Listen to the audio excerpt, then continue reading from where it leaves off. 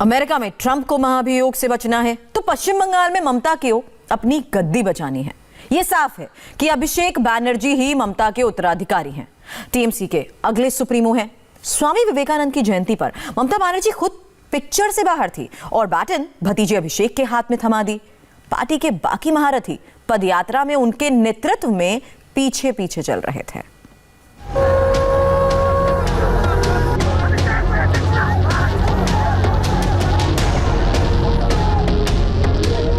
Battle of Bengal के दौरान स्वामी विवेकानंद जयंती और स्वामी जी की जयंती पर दक्षिण कोलकाता में अभिषेक बैनर्जी की पदयात्रा।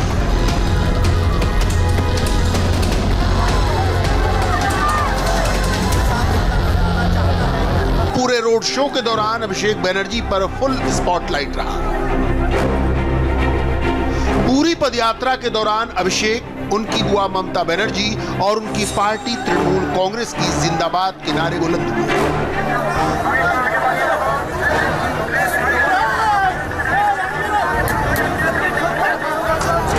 अभिषेक इस पूरे आयोजन के शो स्टॉपर भी थे और शो स्टेलर भी। ममता बनर्जी के बाद भतीजे अभिषेक ही तृणमूल के नए नायक हैं। हर गुजरते दिन के साथ दीवार पर लिखी इबारत और साफ होती जा रही है और विवेकानंद जयंती ने तो कोई गुंजाइश ही नहीं छोड़ी।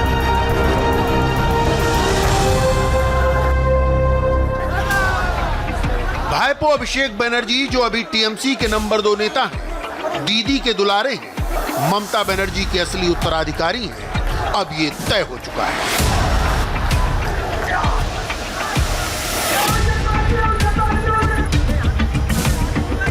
अभिषेक ने स्वामी जी की प्रतिमा पर फूल चढ़ाए, माल्यार्पण किया, पहले हाथ जोड़े, फिर साष्टांग प्रणाम किया और अपने रोड शो की शुरुआत। टीएमसी नेता अभिषेक बैनर्जी यहां माल्यार्पण करने के बाद निकले हैं और यहां से वो रोड शो निकालने वाले हैं।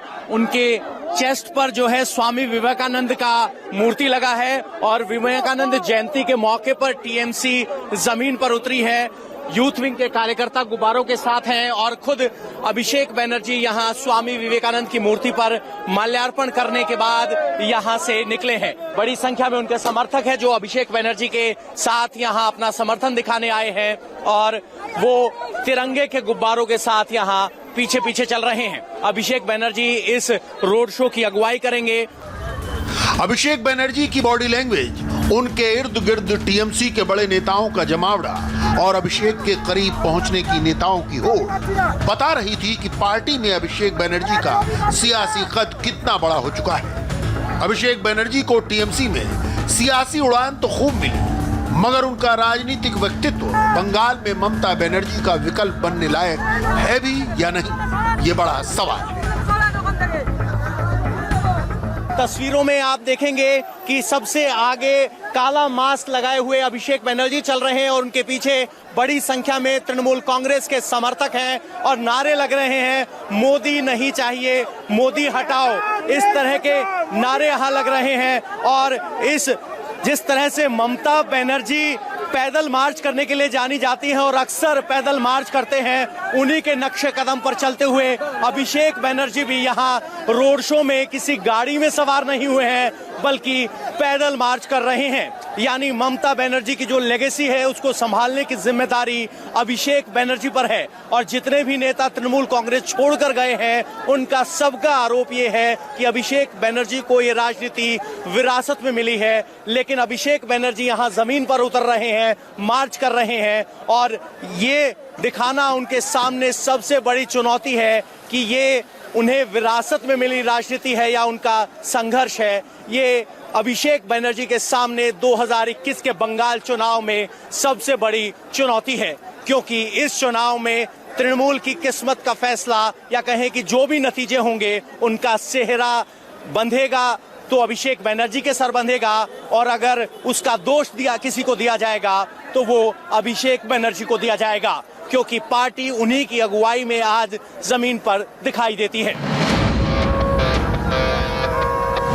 अभिषेक बैनर्जी की इस पदयात्रा की पॉलिटिकल पिक्चर बिल्कुल क्लियर थी। पहली, टीएमसी की सबसे बड़ी कुर्सी के लिए अभिषेक बनर्जी का बड़ा प्रोजेक्शन, और दूसरी, टीएमसी कार्यकर्ताओं के सामने अभिषेक बनर्जी की स्वीकार्यता पर बड़े नेताओं की मुहर।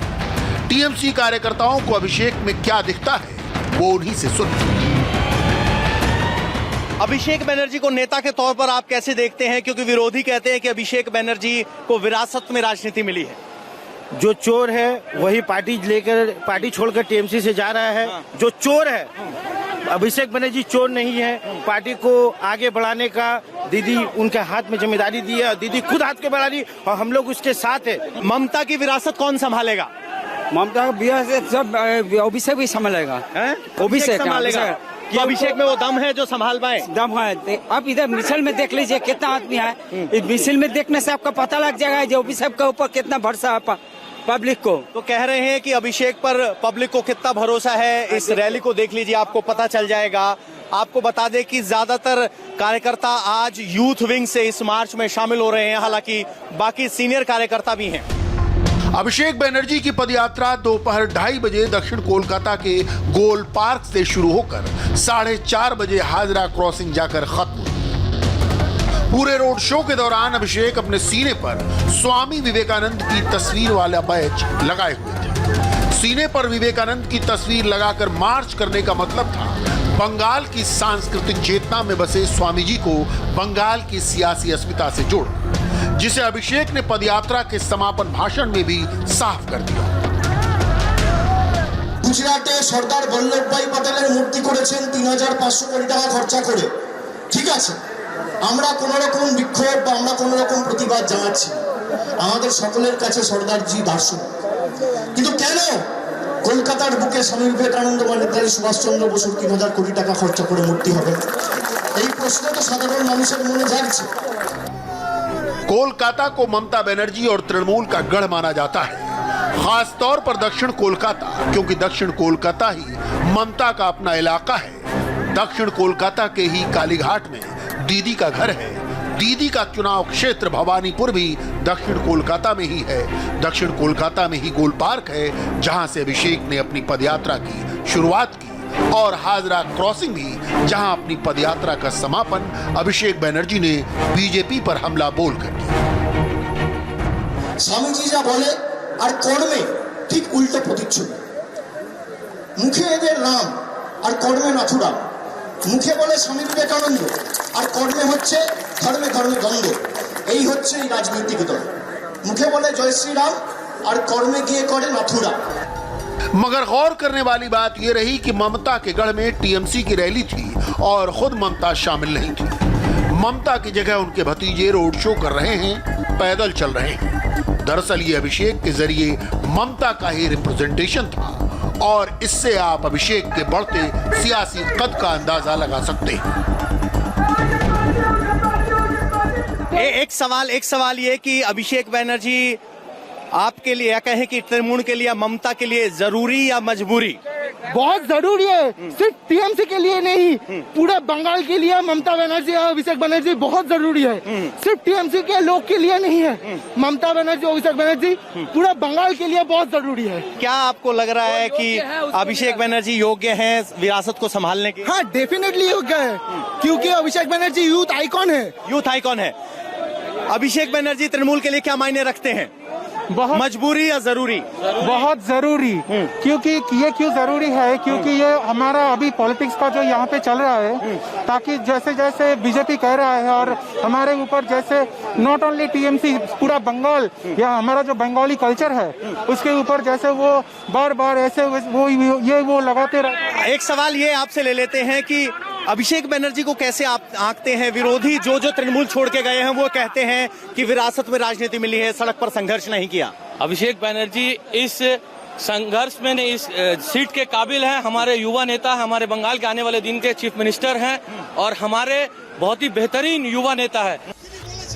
अभिषेक बनर्जी की अपनी महत्वाकांक्षा है, मगर उनके सियासी लक्ष्य और निशाने के बीच भारतीय राजनीति का वंशवादी सिंड्रोम भी है। अभिषेक बनर्जी के रोड शो और हाल के एक्शन से साफ है कि वो ममता के लिए जरूरी भी हैं और उत्तराधिकार की मजबूरी भी है। अब वो बंगाल के पॉलिटिकल एरिना के जमे हुए पोस्टर बॉय हैं। टीएमसी कार्यकर्ता भी अभिषेक में ही भविष्य देख रहे हैं और उनके राज्याभिषेक का बड़ा ख्वाब भी। अभिषेक को कैसे देखते हैं नेता के तौर पर, वो जरूरी या मजबूरी? अभिषेक बनर्जी जरूरी है। पश्चिम बंगाल में अभिषेक बनर्जी का तरह, हम तो बोलेंगे सारा भारत में अभिषेक बनर्जी का तरह लीडर जरूरी है, क्योंकि वो योग्य है। वो योग्य है तभी वो आदमी का बीच में हजारों की तादाद, लाखों की तादाद में आज अभिषेक हमारा बंगाल का युवा नेता है। अभिषेक बनर्जी की इस पदयात्रा का असल मकसद क्या है? जवाब है बीजेपी पर मनोवैज्ञानिक दबाव बनाने की कोशिश। और कोरोना वैक्सीनेशन को लेकर बहुत बड़ी खबर ब्रेक के बाद।